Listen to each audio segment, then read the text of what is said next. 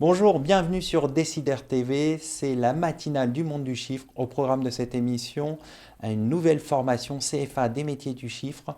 Les experts comptables se forment à la data science et enfin la transformation du métier d'expert comptable. On commence cette émission tout de suite avec Valérie Véran, fondatrice du CFA des métiers du chiffre, qui va nous parler de cette nouvelle formation.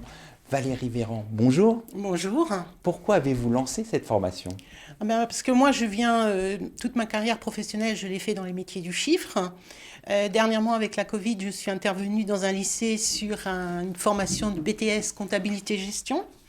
Et j'ai fait un constat qui est le suivant.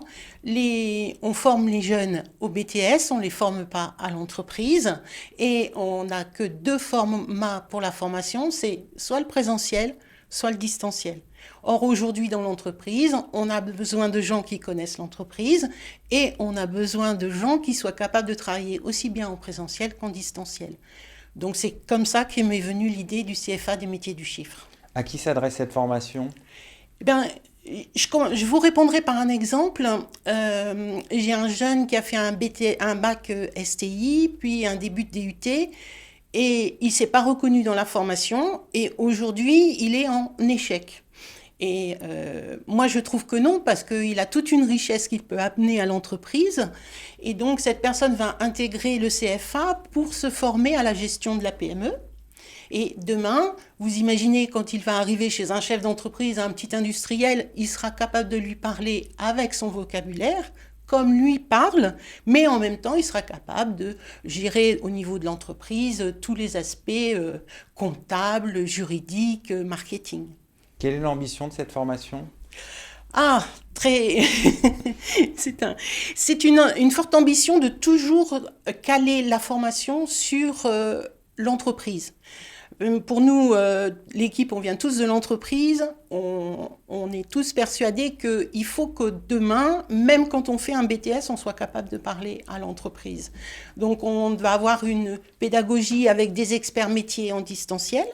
Donc là, libéré des contraintes géographiques, on peut faire appel à beaucoup d'experts métiers sur des sujets très très pointus. À côté de ça, en présentiel, par petits groupes de 15 personnes, max, on espère, eh bien, ils auront un tuteur, un mentor qui les accompagnera et qui permettra de les aider dans leurs apprentissages, dans leurs relations avec l'entreprise, puisqu'on sera toujours sur le triptyque alternant, CFA et entreprise. Voilà. Donc vous avez dit des petits groupes de 12-15 personnes. Et Voilà. quels sont les enseignements proposés? Eh bien, alors, on va commencer par un BTS assez classique, donc un référentiel d'état qu'il faut suivre assez pointu. Et puis, à côté de ça, des formations qui sont plutôt des formations sur mieux se connaître, comment fonctionne l'entreprise, comment on manage une équipe, comment ça se passe quand je suis, moi, dans ma période en entreprise par rapport à ma période en formation, où là, on a vraiment envie que ce ne soit pas deux mondes différents et deux mondes qui soient séparés. On a vraiment envie de faire qu'un seul monde pour que le jeune voit bien que tout ça, c'est un système complet. Pardon. Pour conclure, quels sont les débouchés de cette formation? Eh bien, l'objectif derrière le BTS, c'est de faire des bacs plus 3, des bacs plus 4 avec l'entreprise. C'est-à-dire qu'en fonction des besoins de l'entreprise, on sera amené à faire une formation très pointue et une formation qui va pouvoir répondre aux besoins de l'entreprise et en même temps à la formation du jeune. Donc, quelque chose qui va pas se substituer aux formations techniques qu'on peut trouver dans les métiers du chiffre, mais qui va être un complément pour organiser dans l'entreprise des plus. Par exemple, on a un conseil de surveillance avec des gens qui viennent de l'entreprise et on a notamment un expert comptable de Bordeaux qui me disait, moi, j'ai personne dans mon équipe qui est capable de travailler sur les créateurs d'entreprise. Et il avait envie d'aller sur ce marché-là. Donc, il me dit, moi, un bac plus 3 qui soit capable d'aller chercher les créateurs d'entreprise et de leur parler, de les rassurer, c'est pas la même chose qu'un chef d'entreprise établi. Ça l'intéresse. Voilà. Eh bien, on va conclure là-dessus. Merci Valérie Véran d'être passée sur notre plateau. Merci à vous.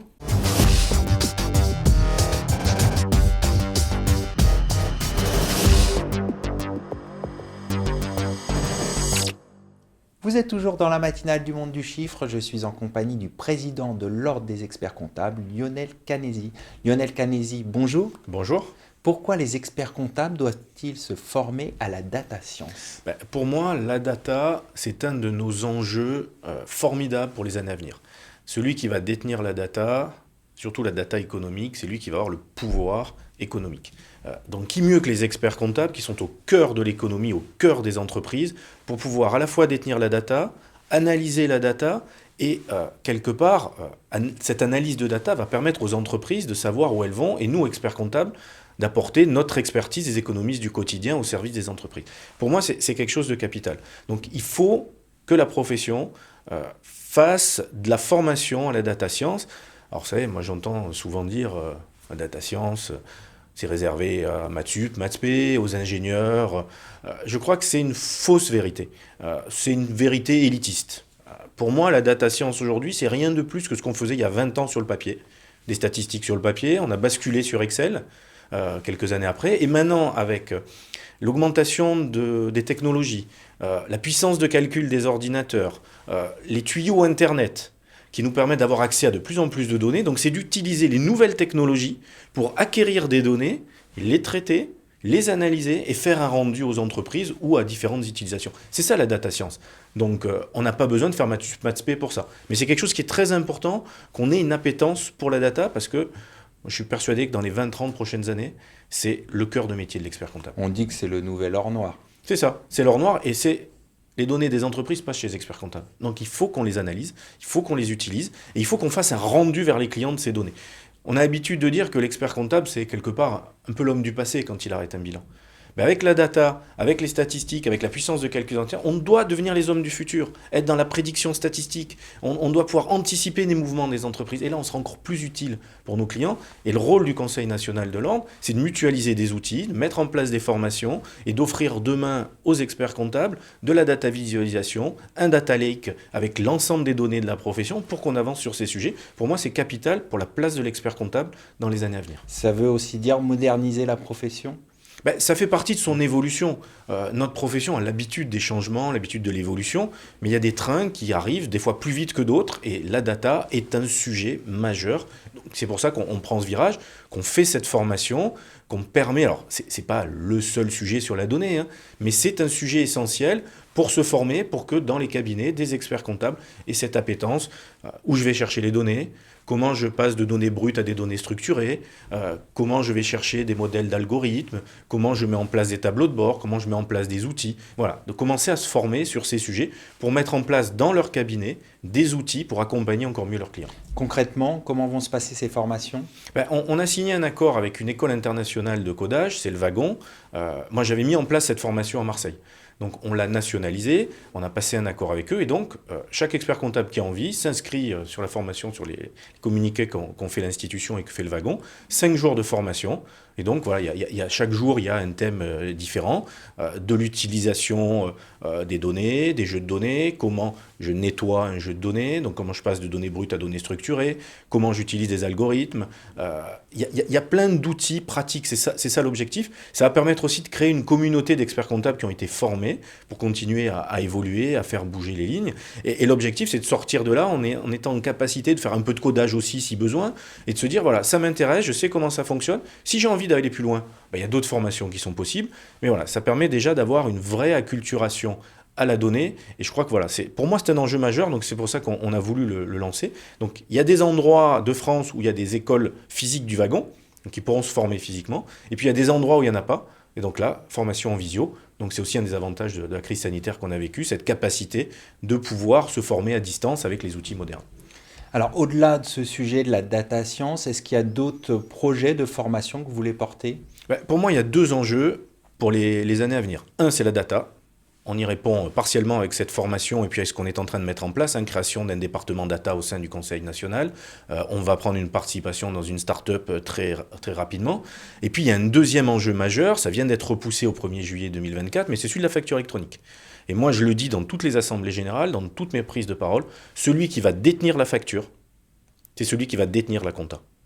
Et donc, qui mieux que l'expert comptable pour détenir la facture et donc détenir la compta. Donc, il faut qu'on s'empare de la facture électronique. On est en train de mettre en place des formations où on est agréé avec la BPI sur les formations facture électronique. Et puis, dans un deuxième temps, l'Ordre va mettre en place des ambassadeurs de la facture électronique pour essayer de former les 21 000 experts comptables de France à la facture électronique. C'est un vrai enjeu. 1er juillet 2024, obligation d'émission pour les grandes entreprises. 1er janvier 2025 pour les moyennes entreprises. 1er janvier 2026 pour les petites entreprises. Mais attention, parce que tout le monde fait cette erreur-là.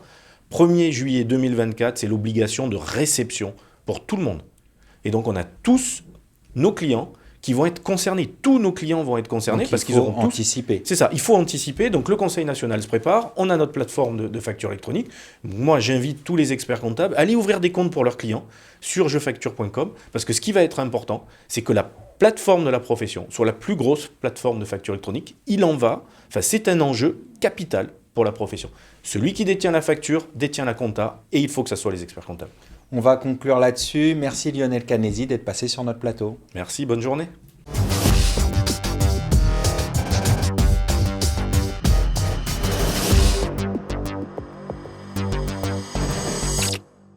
Vous êtes toujours dans la matinale du monde du chiffre. Je suis en compagnie de Virginie Roitman, vice-présidente de l'Ordre des experts comptables de Paris-Île-de-France. Et on va parler transformation du métier d'expert comptable. Virginie, bonjour. Bonjour Arnaud, merci de votre invitation. Où en est la profession d'expert comptable aujourd'hui ? La profession d'expert comptable, elle est comme beaucoup de professions, un petit peu malmenée. Alors, déjà, on a eu cette fameuse période du Covid, cette crise sanitaire et économique, où on a bien compris que l'expert comptable était un acteur indispensable dans la vie des TPE-PME. C'est certainement pas un robot comptable qui a fait le fonds de solidarité, qui a fait l'activité partielle, ou bien mis en place des PGE pour les entreprises. Donc cet expert comptable aujourd'hui, il doit faire cette transition numérique. Cette transition numérique, on en parle depuis 10-20 ans, mais il va arriver, la facture électronique, incessamment sous peu. Petit résumé des épisodes précédents. La facture électronique, c'est l'article 153 de la dernière loi de finances, en fait, celle de 2020. Pourquoi je dis ça ? Pour comprendre que c'est une volonté de l'administration fiscale. Une volonté, en fait, à terme, l'administration fiscale fera les déclarations de TVA, va les pré-remplir. C'est exactement ce qui se passe en Italie. Depuis le 1er janvier 2019, la facture électronique a été mise en place. Et depuis le 1er janvier 2019, quelques mois après, 1 an et demi, 2 ans après, les experts comptables ne faisaient plus de saisie de comptabilité et les experts comptables ne faisaient plus de TVA. La saisie de comptabilité, la TVA, on peut parier qu'à terme, on ne fera plus de liasse fiscale non plus. Ce pack-là, c'est 44% du chiffre d'affaires de nos cabinets aujourd'hui. Donc la vraie question, c'est quelle mission allons-nous faire demain ? C'est la question. Alors justement, pour aider les experts comptables dans cette transition, dans ces mutations, que fait l'Ordre des experts comptables de Paris-Île-de-France ? Fort de ce constat-là, parce que j'ai pas parlé non plus des néobanques, Conto a quand même levé depuis le début 134 millions d'euros. 900 millions d'euros ont été levés aujourd'hui dans les entreprises de la Comptatech. Donc la facture électronique d'un côté, des outils ultra performants de l'autre, et un chiffre d'affaires qui, dans quelques années, va baisser de moitié. On ne pouvait pas rester inactif à l'Ordre, bien évidemment. Alors, développer de nouvelles missions. Exactement. Alors, on propose aujourd'hui le parcours de la transformation des cabinets. Il faut bien comprendre que la facture électronique, c'est bien plus un enjeu de métier plutôt qu'un enjeu technologique. On va devoir se transformer, nous les experts comptables dans nos cabinets.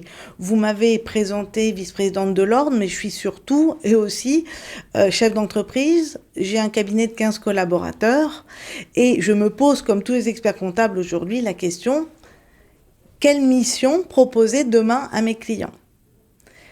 Donc le parcours de la transformation que nous proposons aujourd'hui au sein de l'Ordre, c'est 9 ateliers, 3 thèmes pendant 1 an, un atelier par mois, D'ailleurs, là, je sors du 3e atelier. Trois thèmes. Premier atelier, premier thème, la stratégie. Comment nous, experts comptables, qui sommes très souvent très techniciens, on va switcher de casquette et passer de technicien à chef d'entreprise. Donc, 3 premiers ateliers sur la stratégie et l'expert comptable. Avec la question qui est, quel métier je vais choisir demain? Est-ce que je vais faire du full service? Est-ce que je veux faire de la RSE? Est-ce que je veux faire de la gestion de patrimoine? Est-ce que je veux faire du DAF externalisé? Et après, l'autre question, c'est avec qui? Et avec mes collaborateurs. Donc, le deuxième thème de ce parcours de la transformation, je rappelle, ce sont des ateliers gratuits, évidemment, je fais un peu ma pub, le parcours de la transformation, c'est le management de transition de ses collaborateurs. Comment j'emmène les collaborateurs? Là, en plus de ces ateliers, nous proposons un outil qui va nous permettre, un outil de GPEC, de gestion prévisionnelle des compétences, qui va nous permettre de piloter le changement de compétences de nos collaborateurs en proposant sur mesure des plans de formation. Donc ça, c'est le deuxième thème de ce parcours de la transformation. Et le troisième? Et le troisième thème, la vente, en fait. Comment vendre? Et j'ai envie de dire savoir vendre. En fait, vendre, pour nous, experts comptables, c'est un gros mot. Et c'est pour ça que j'ai pris ce titre-là. Pourquoi c'est un gros mot? Parce que jusqu'en 2007, déontologiquement, on n'avait pas le droit de faire de pub. Et c'est pas dans notre ADN de vendre. Donc 3 ateliers pour nous aider à rédiger notre offre, pour nous aider à vendre. Enfin voilà ce parcours de la transformation tel qu'il est proposé aujourd'hui avec les outils. Alors ces ateliers, c'est intéressant, mais concrètement, que faites-vous? Comment accompagner réellement les experts comptables dans cette transition? Donc on a ces ateliers, mais évidemment 1h30 de sensibilisation par mois, c'est de la sensibilisation. Si on est perdu et si on veut plus, on a mis en place du mentoring et des coachs. Je suis également présidente de la commission du contrôle qualité et les contrôleurs qualité connaissent depuis toujours les cabinets d'expertise comptable. Donc j'ai demandé à certains contrôleurs s'ils voulaient être mentors. Nous allons les former à ce management de transition, de changement dans l'entreprise et on a une dizaine de mentors qui pourront vous aider, vous les experts comptables, dans vos cabinets, si à un moment donné, vous n'arrivez pas à mettre votre stratégie en action. Et on a également fait un appel d'offres pour avoir des coachs. On a référencé 10 coachs de tout univers, de tout milieu, 10 coachs qui sont là, qui pourront être à la disposition des chefs d'entreprise, des experts comptables pour les aider dans cette transition. Des mentors, des coachs, des ateliers, des outils. Je pense que... On voit que l'ordre accompagne les experts comptables dans ces mutations. Voilà, tout à fait. On va conclure là-dessus. Merci Virginie d'être passée sur notre plateau. Merci Arnaud. Merci à toutes et à tous pour votre fidélité. À très bientôt sur Décideur TV pour un nouveau numéro de la matinale.